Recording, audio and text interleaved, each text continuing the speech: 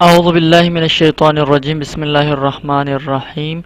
زبان آموزش فارسی کی کلاس میں آج ہم مصدر کے بارے میں پڑھیں گے۔ فارسی میں مصدر کو ہم دال نون یا تا نون، آخری حروف اگر دال نون یا تا نون ہو تو ہم اسے پہچان سکتے ہیں۔ اردو میں اس کا مطلب ہے مثلا آمدن، آنا، رفتن، جانا، نشستن، بیٹھنا، گفتن، بولنا، خوندن، پڑھنا۔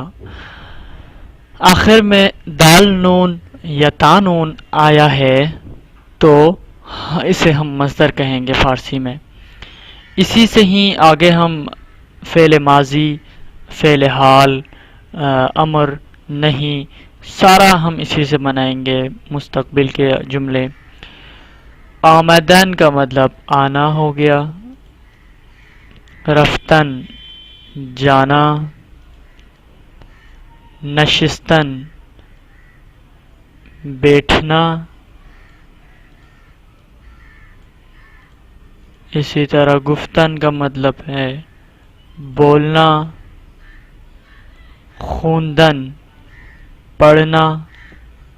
انتہائی آسان ہے، ویسے بھی فارسی اردو سے تھوڑی ملتی جلتی ہے،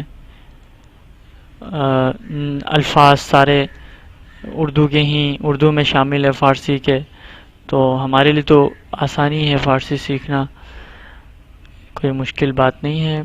مصدر سارے یاد کریں گے، پھر ہم اس سے ماضی بنانا سیکھیں گے، پھر فعل حال، پھر فعل حال سے امر نہیں کیسے بنائیں گے، یہ سارا انشاءاللہ ہم سیکھیں گے آنے والے درس میں۔